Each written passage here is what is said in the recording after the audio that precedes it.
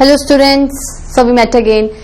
Student, last time हम लोग 10th standard में लाइफ प्रोसेसेस वाला चैप्टर पढ़ रहे थे। लाइफ प्रोसेसेस में हम लोगों ने अभी तक इंट्रोडक्शन पढ़ा, उसके कंटेंट्स पढ़े। हम लोगों ने ये पढ़ा कि एक्चुअली लाइफ प्रोसेसेस वो वाइटल एक्टिविटीज होती हैं लाइफ की, जो एक लिविंग ऑर्गेनिज्म की सर्वाइवल के बहुत ज्यादा जरूरी हैं, और वो लिविंग ऑर्गेनिज्म को नॉन लिविंग ऑर्गेनिज्म से भी क्या कर देती है, डिफरेंशिएट कर देती है। क्या कर देती है स्टूडेंट्स? डिफरेंशिएट कर देती है।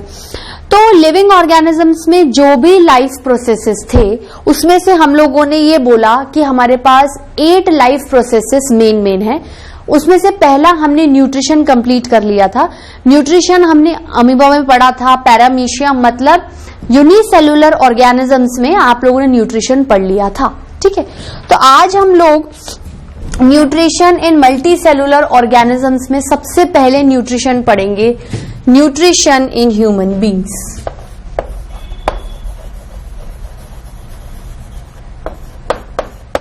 Nutrition in human beings. Nutrition in human beings, ठीक है। ह्यूमन बीइंग्स किस तरीके से फूड को लेते हैं, किस तरीके से फूड को डाइजेस्ट करते हैं, एब्जॉर्ब करते हैं, एसिमिलेट करते हैं और इजेस्ट करते हैं, ठीक है। तो वही पांचों लाइफ प्रोसेसेस वापस से चलेंगे ह्यूमन बीइंग्स में भी। कौन सा? इंजेशन, फिर डाइजेशन, फिर absorption, then assimilation,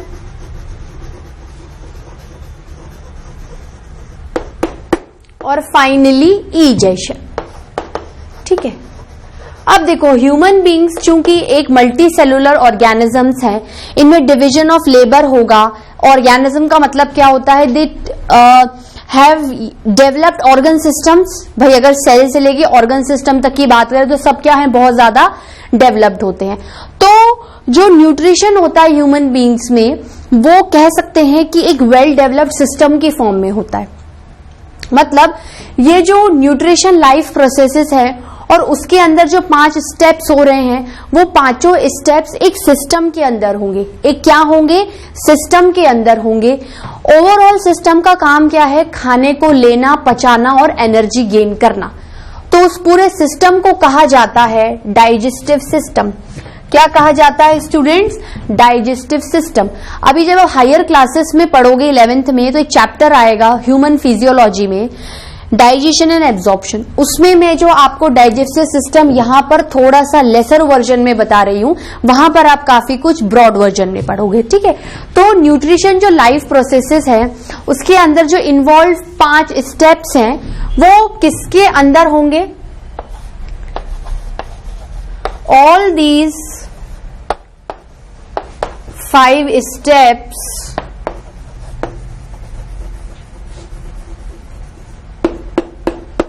of nutrition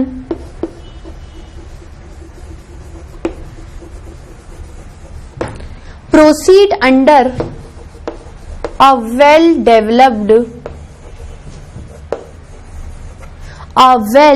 developed system called as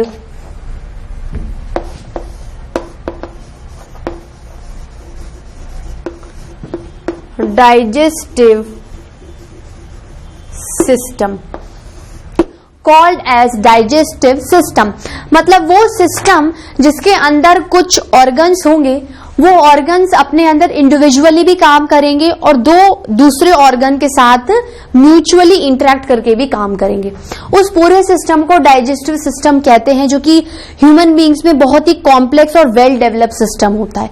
मतलब कॉम्प्लेक्स क्यों? क्योंकि बहुत सारे ऑर्गन्स इन्वॉल्व होंगे, उनका खुद का फंक्शन होगा, उनमें म्यूचुअली भी फंक्शंस होंगे, आपस में एक दूसरे से जुड़े हुए होंगे, कोऑर्डिनेट करेंगे।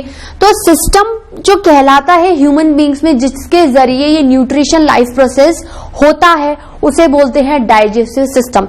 मतलब बॉडी का ऐसा सिस्टम जिसमें से आप खाना लोगे और मतलब ये सारे प्रोसीजर्स होंगे जो कि अमीबा पैरामीशियम में भी हो रहे थे, ठीक है। पर वहां तो क्या था, सिंगल सेल बॉडी थी, तो वही बॉडी सारे पांचों स्टेप्स को प्रोसीड कर रही थी।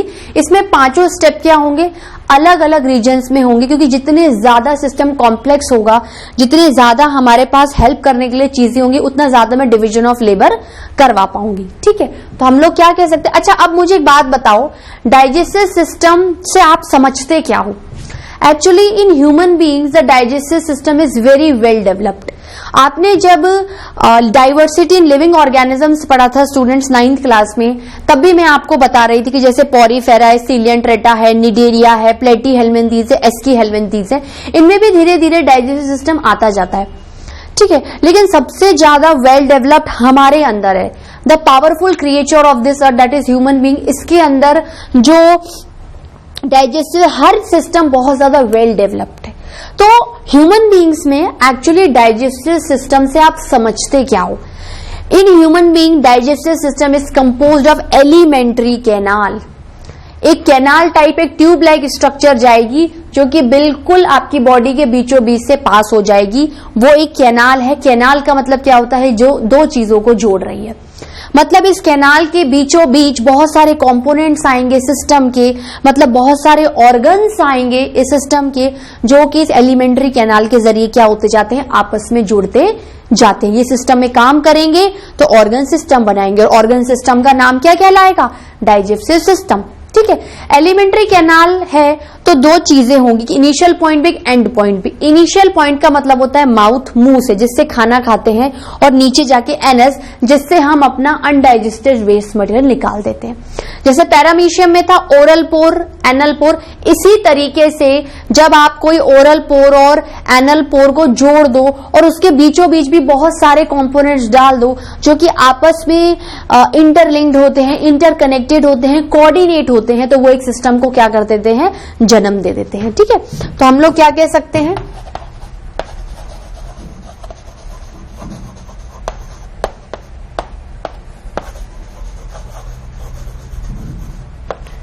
Digestive system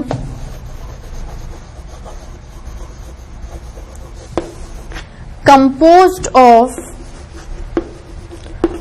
9 metre long. Alimentary canal की लेंथ क्या होती है, 9 मीटर लॉन्ग एलिमेंट्री कैनाल।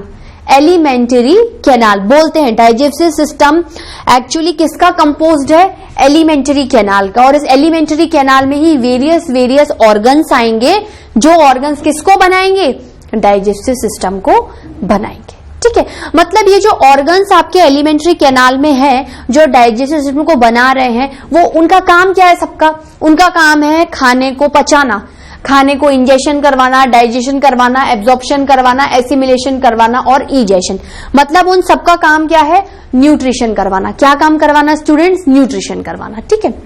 अब मुझे एक बात बताओ, 9 मीटर तो बहुत लंबा होता है, तो मान लो किसी आदमी की हाइट बहुत ज्यादा छोटी है, तो क्या उसमें 9 मीटर लॉन्ग एलिमेंट्री कैनाल कभी एग्जिबिट नहीं हो सकती, या आप ऑक्यूपाई नहीं करवा सकते? बिल्कुल करवा सकते हो स्टूडेंट्स। उसके लिए क्या प्रोविजन बनाया है कि ये एलिमेंट्री कैनाल कोई ऐसा नहीं कि लॉन्ग ट्यूब है और निकल गई शरीर से बाहर, ऐसा नहीं है। इस एलिमेंट्री कैनाल, ये एलिमेंट्री कैनाल कॉइल्ड भी हो जाती है, कहीं पर थोड़ी वाइड भी हो जाती है, कहीं पे लॉन्ग भी हो जाती है, कहीं पर थोड़ी सिकुड़ भी जाती है। कहने का मतलब है कि एलिमेंट्री कैनाल अपने हिसाब से अपनी शेप को डिसाइड करती है जहां जहां उसे लोकेशन मिलती है, ठीक है।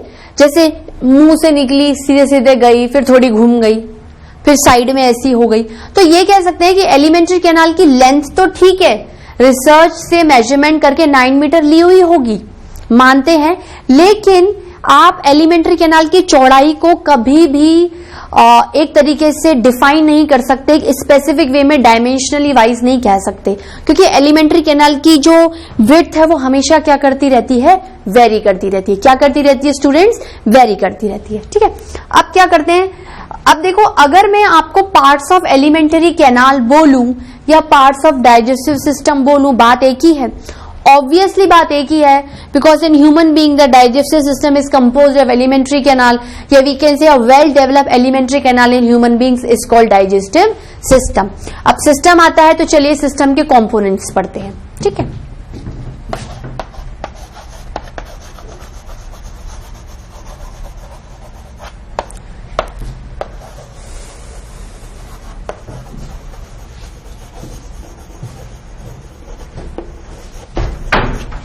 Alimentary canal composed of following components.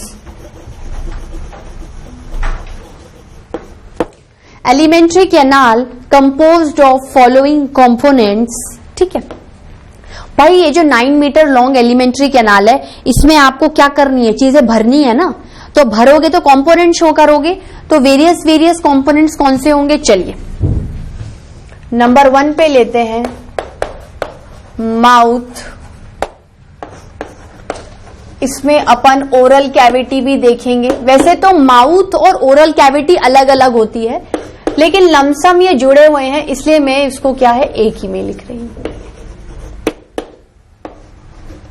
Mouth oral cavity के बाद इसमें क्या आएगा, माउथ ओरल कैविटी के बाद इसमें आएगा फेरिंग्स। अभी आप नाम देखते चलो, मैं एक एक को बताऊंगी, बहुत ज्यादा डीप वर्जन में नहीं है, पर फिर भी मैं आपको इंट्रोडक्शन सबका दूंगी।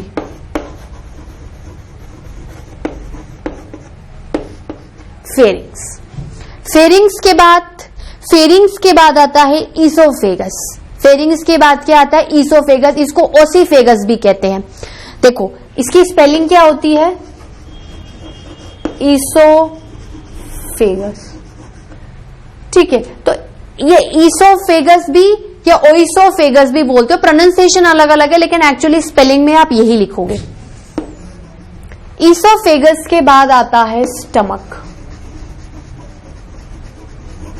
मैं जो ये आपको चीजें बता रही हूं, अभी मैं डाइजेस्टिव सिस्टम का डायग्राम बताऊंगी, आपको और ज्यादा क्लियर हो जाएगा, ठीक है। स्टमक के बाद आता है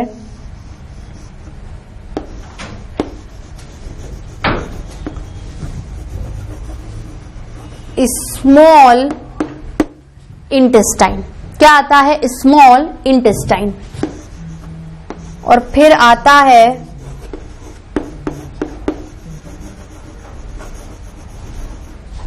लार्ज इंटेस्टाइन। क्या आता है, लार्ज इंटेस्टाइन। लार्ज इंटेस्टाइन के नीचे आता है last component of alimentary canal और last component of digestive system in human beings is anus.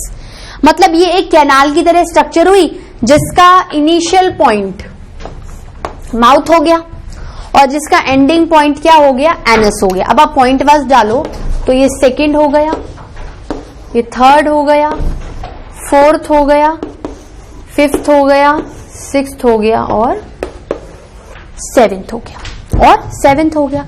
तो 7 कंपोनेंट से ये आपका मिला हुआ है।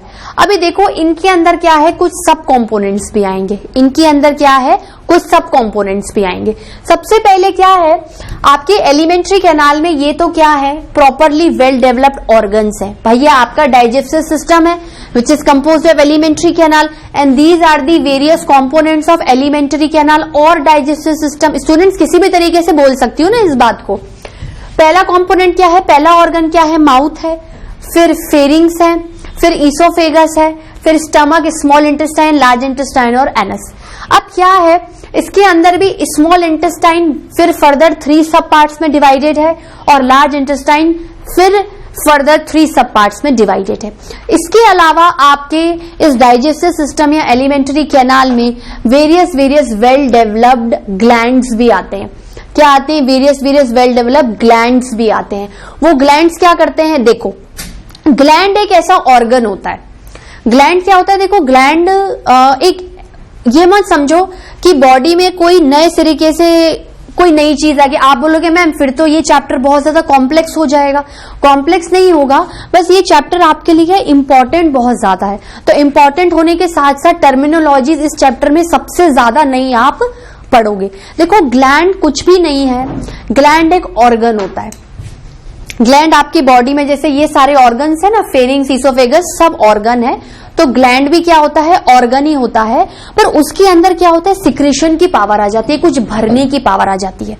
अब देखो बॉडी की लोकेशन के हिसाब से वो कहां पर सिचुएटेड है और उसका पर्टिकुलर फंक्शन क्या है, तो ग्लैंड भी उस पर्टिकुलर फंक्शन को करवाने के लिए पर्पसफुली कुछ चीज सिक्रीट करेगा। अब यहां पर अगर मैं किसी चीज को ग्लैंड बताऊं या मैं आपको अलग से बताऊंगी कि 2 या 3 आप स्पेशली ग्लैंड्स पढ़ोगे डाइजेस्टिव सिस्टम में, वो क्या सिक्रीट करते हैं, वो एक्चुअली अपने अंदर एंजाइम सिक्रीट करते हैं। एंजाइम्स क्या होते हैं, केमिकल्स होते हैं जो कि लाइसिस तोड़ने का काम करते हैं, और आपको डाइजेशन या न्यूट्रिशन में क्या करवाना है, बड़े कॉम्प्लेक्स लार्ज मॉलिक्यूल को स्मॉल एब्जॉर्बेबल मॉलिक्यूल्स में क्या करना है, तोड़ना है। क्या करना है स्टूडेंट्स, तोड़ना है। इनको तोड़ने के लिए आपको एंजाइम्स की आवश्यकता होती है। ये एंजाइम्स कहां प्रोड्यूस होंगे, ऑब्वियसली एलिमेंट्री कैनाल में ही प्रोड्यूस होंगे। एलिमेंट्री कैनाल के खुद के कंपोनेंट्स इसको बनाएंगे, पर चूंकि ये कंपोनेंट्स एक ऑर्गन ही है सिस्टम के और उनमें सिक्रीशन की पावर है जो कि एंजाइम सिक्रीट करते हैं, इसलिए particularly the organ which has the power of secretion is called as gland, is called as gland. ठीक है, देखो माउथ में आप वेरियस सब पार्ट्स पढ़ोगे, ठीक है ना। अब मैं आपको इसी में ही बता देती हूं माउथ में आप क्या क्या पढ़ने वाले हो स्टूडेंट्स। देखो माउथ या ओरल कैविटी, डिस्क्रिप्शन नहीं दे रही हूं अभी, तो मैं सिर्फ इसके कंपोनेंट्स लिखा रही हूं आपको। माउथ के अंदर आप पढ़ोगे टंग, टीथ, हल्का हल्का इंट्रोडक्शन पढ़ोगे स्टूडेंट्स, एक एक लाइन का, डीपली अभी आपके स्टैंडर्ड में इतना आपको नहीं बताना है, एनसीईआरटी लेवल पर, ठीक है। और क्या होगा भाई, आपके माउथ हो गया। ओरल कैविटी, ओरल कैविटी में आप मेनली टीथ और टंग पढ़ोगे, ठीक है। फेनिंग से, ईसोफेगस से रिलेटेड कोई सब पार्ट्स नहीं है, स्टमक से रिलेटेड भी सब पार्ट्स नहीं है। स्मॉल इंटेस्टाइन के 3 पार्ट्स आते हैं। डीजे वाला आया बोलते हैं ना, तो हम बोलेंगे डीजे आई, डीजे आई, ठीक है। डी का मतलब होता है डियोडिनम, डी का मतलब होता है डियोडिनम, जे का मतलब होता है जेजुनम, और आई का मतलब होता है इलियम। आई का मतलब क्या होता है, इलियम, ठीक है। ये स्मॉल इंटेस्टाइन के सब 3 पार्ट्स हैं। एक्चुअली स्मॉल इंटेस्टाइन को ये तीनों मिलकर क्या बनाएंगे, ये तीनों मिलकर स्मॉल इंटेस्टाइन को बनाएंगे, ठीक है। फिर लार्ज इंटेस्टाइन में क्या होंगे, 3 पार्ट्स आएंगे, ठीक है। उनको बोलते हैं सीकम, कोलोन और rectum. Caecum, colon and rectum, CCR, ठीक है। आप इसको क्या है, इसकी ट्रिक बनाने के लिए आप उल्टा बोल सकते हो। आपके घरों में RCC की छतें डलती है ना, तो ट्रिक में क्या करो, आप याद उल्टा करो, RCC लिखो, क्या करो RCC, लेकिन फुल फॉर्म के लिए आप C से स्टार्ट करो। फुल फॉर्म के लिए क्या करो, आप C से स्टार्ट करो कि पहले सीकम आएगा, फिर कोलोन आएगा और देन रेक्टम आएगा, ठीक है। ये तो क्या था, वेरियस कंपोनेंट से। अब हम ग्लैंड्स की बात करते हैं। Various essential glands are associated with the digestive system, ठीक है स्टूडेंट्स। लिखते हैं अपन, जिससे कि आपको क्या एट अ ग्लांस सारे सिस्टम समझ में आ जाए। ये पूरा लिख लिया, इधर लिख रही हूं ब्रैकेट में।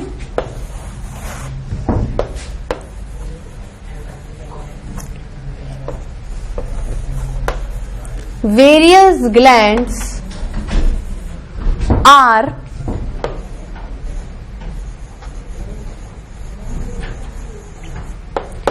associated with the digestive system, ठीक है, या फिर एलिमेंट्री कैनाल, एक ही बात है।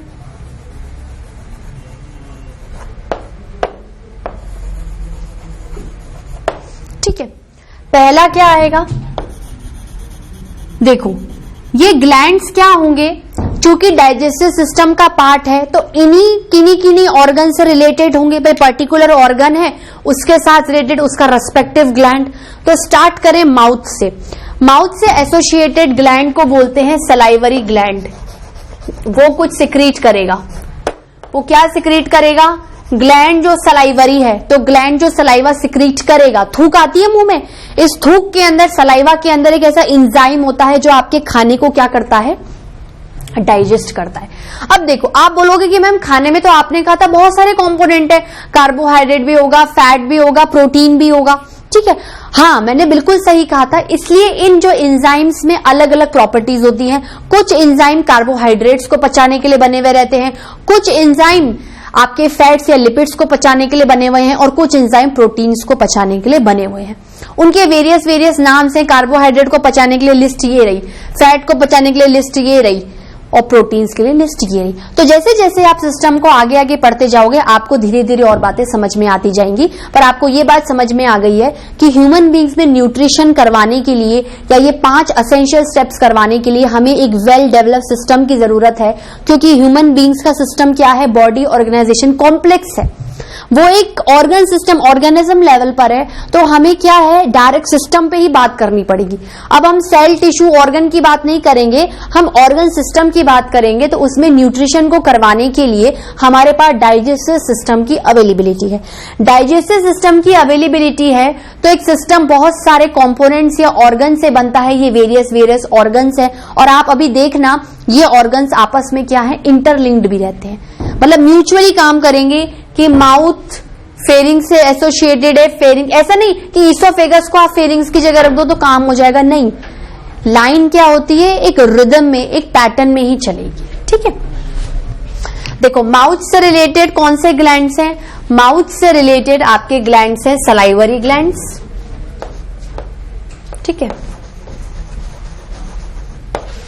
उसके बाद क्या है,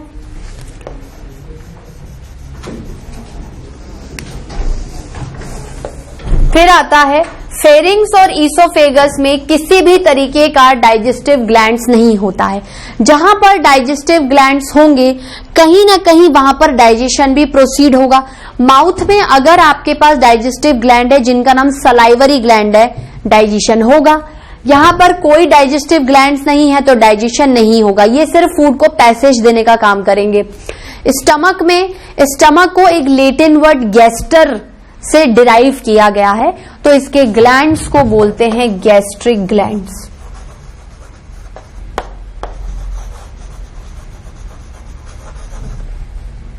गैस्ट्रिक ग्लैंड्स क्या बोलेंगे, गैस्ट्रिक ग्लैंड्स, ठीक है। उसके बाद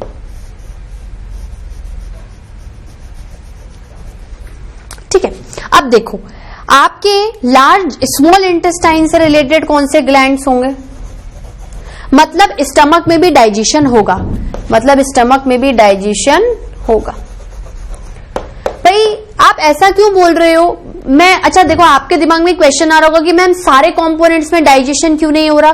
देखो सारे कंपोनेंट डाइजेशन कराने में हेल्प कर रहे हैं, माउथ भी कर रहा है, फेरिंग्स भी कर रहा है, ईसोफेगस भी करेगा, स्मॉल के तीनों पार्ट, लार्ज के तीनों पार्ट करेंगे, हेल्प सब कर रहे हैं डाइजेस्टिव सिस्टम में, क्योंकि उसका काम ही न्यूट्रिशन और डाइजेशन का है। लेकिन पर्टिकुलर किसी फूड को प्रॉपरली डाइजेस्ट करवाने के लिए we need enzymes, we need enzymes. तो एंजाइम्स को कौन सिक्रीट करेगा, उस पर्टिकुलर सिस्टम का कोई ऑर्गन, तो ये कर रहा है, ये कर रहा है, ये कर रहा है। मतलब डाइजेशन माउथ में होगा, फिर फेरिंग्स ईसोफेगस में नहीं होगा, फिर स्टमक में होगा, स्मॉल इंटेस्टाइन में होगा, और डाइजेशन स्मॉल इंटेस्टाइन में आके खत्म हो जाता है। लार्ज इंटेस्टाइन में कोई भी डाइजेशन का काम नहीं होता है, मतलब डाइजेशन यहां से स्टार्ट हुआ और यहां पर खत्म हो गया, और यहीं से खाना पूरी तरीके से डाइजेस्ट होके एब्जॉर्बेबल फॉर्म में टूट जाता है। तो यहीं पर एब्जॉर्प्शन होगा, एब्जॉर्प्शन से खाना ब्लड में आ जाएगा, ब्लड सेल को देगा, सेल से एनर्जी खींचेंगे, एसिमिलेशन। और अब आप बताओ अगर यहीं पर आपका इंजेशन से लेकर एसिमिलेशन तक काम हो रहा है, तो जो बचा कुचा काम है इजेशन कौन करवाएगा, इजेशन आपका लार्ज इंटेस्टाइन और एनस करवाएगा। कौन करवाएगा, लार्ज इंटेस्टाइन और एनस। बात समझ में आई, ये पांचों स्टेप्स में इन सारे कंपोनेंट्स का क्या है, योगदान है, ठीक है। पर डाइजेशन करवाने के लिए you need enzyme, because in digestion you have to break down the food and this food is broken down with the help of enzymes, ठीक है।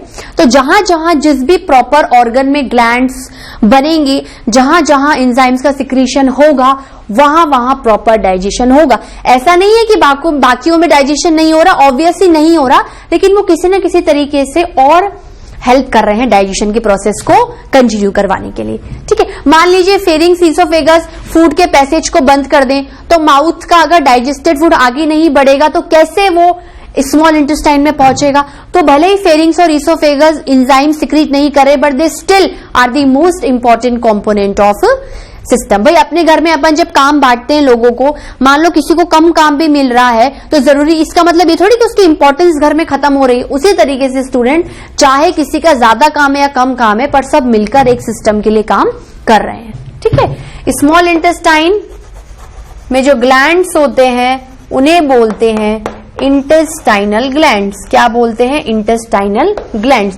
तो यहां पर क्या होता है, आपका पूरा सिस्टम आके खत्म हो जाता है। अब मैं क्या कर रही हूं, आपको कुछ कुछ अहम चीजें यही बता रही हूं, क्योंकि फिर मैं डायग्राम बनाऊंगी तो उसमें मैं आपको इतना कुछ नहीं बता पाऊंगी। यहां से लेके यहां तक आपका इंजेशन भी होगा, ठीक है, डाइजेशन भी होगा, ठीक है, एब्जॉर्प्शन भी होगा, फाइन, और एसिमिलेशन भी होगा। यहां से यहां तक का मतलब क्या होता है कि ऐसे तो प्रॉपर पूरा जो एब्जॉर्प्शन होता है ना, वो स्मॉल इंटेस्टाइन से स्टार्ट होता है, पर मैंने यहां से यहां तक क्यों लिखा? क्योंकि ये चारों चीजें यहां से यहां तक हो रही हैं, और ये दोनों मिलाकर क्या करवाते हैं? ये दोनों मिलाकर इजेशन में हेल्प करवाते हैं। तो कहीं ना कहीं कोई ना कोई कंपोनेंट, कोई ना कोई न्यूट्रिशन का स्टेप क्या कर रहा है? पकड़ के रख रहा है। ठीक है स्टूडेंट्स, आप लोग इसको नोट डाउन करिए। स्टूडेंट्स नोट डाउन किया? चलिए अब मैं क्या करती हूं, आपको थोड़ा सा ग्लैंड का इंट्रोडक्शन देती हूं। ठीक है ना, ग्लैंड के बारे में डेफिनेशन तो लिखनी पड़ेगी ना। क्या करना पड़ेगा? ग्लैंड के बारे में डेफिनेशन लिखनी पड़ेगी। ठीक है,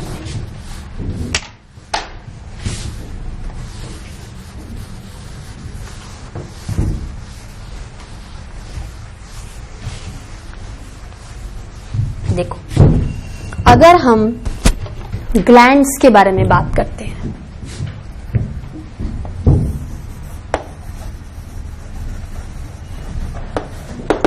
ग्लैंड्स क्या होते हैं? ग्लैंड क्या होते हैं?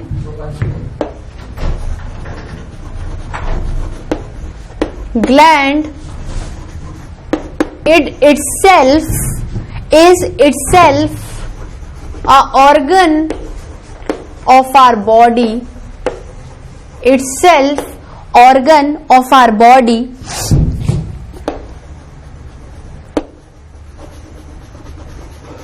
gland gains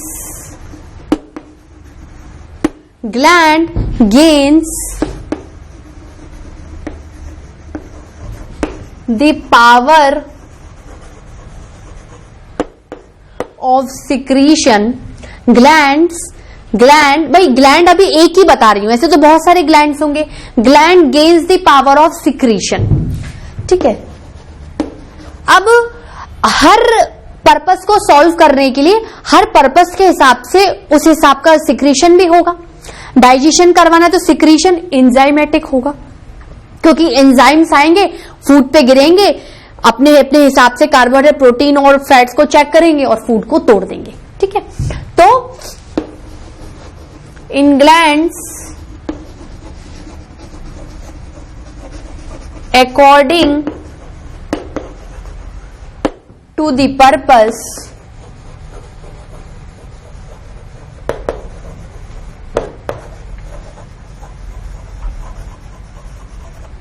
the secretion occurs. The secretion occurs. ठीक है, जैसे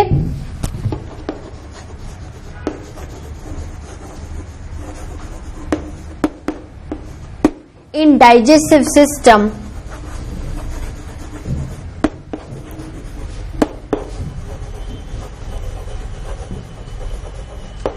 the secretion is of enzymes. ठीक है, एंजाइम्स क्या करेंगे,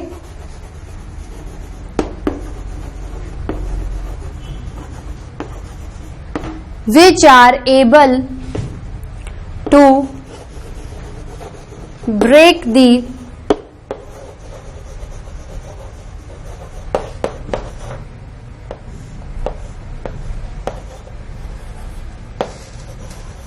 complex food into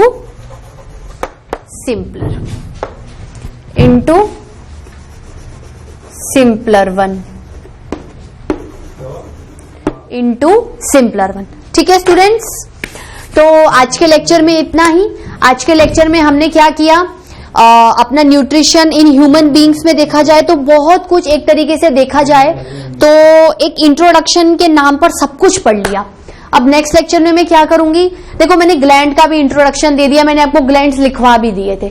अब मैं क्या करूंगी, नेक्स्ट लेक्चर में आपको सबसे पहले तो डायग्राम बताऊंगी डाइजेस्टिव सिस्टम का, और एक एक कंपोनेंट के बारे में आपको समझाऊंगी, और आपके सिलेबस में जितना इंपॉर्टेंट है सिर्फ उतना ही लिखाऊंगी, बहुत ज्यादा डीप में जाके कुछ नई चीज समझनी है। ठीक है स्टूडेंट्स, आज के लिए इतना ही। Thank you.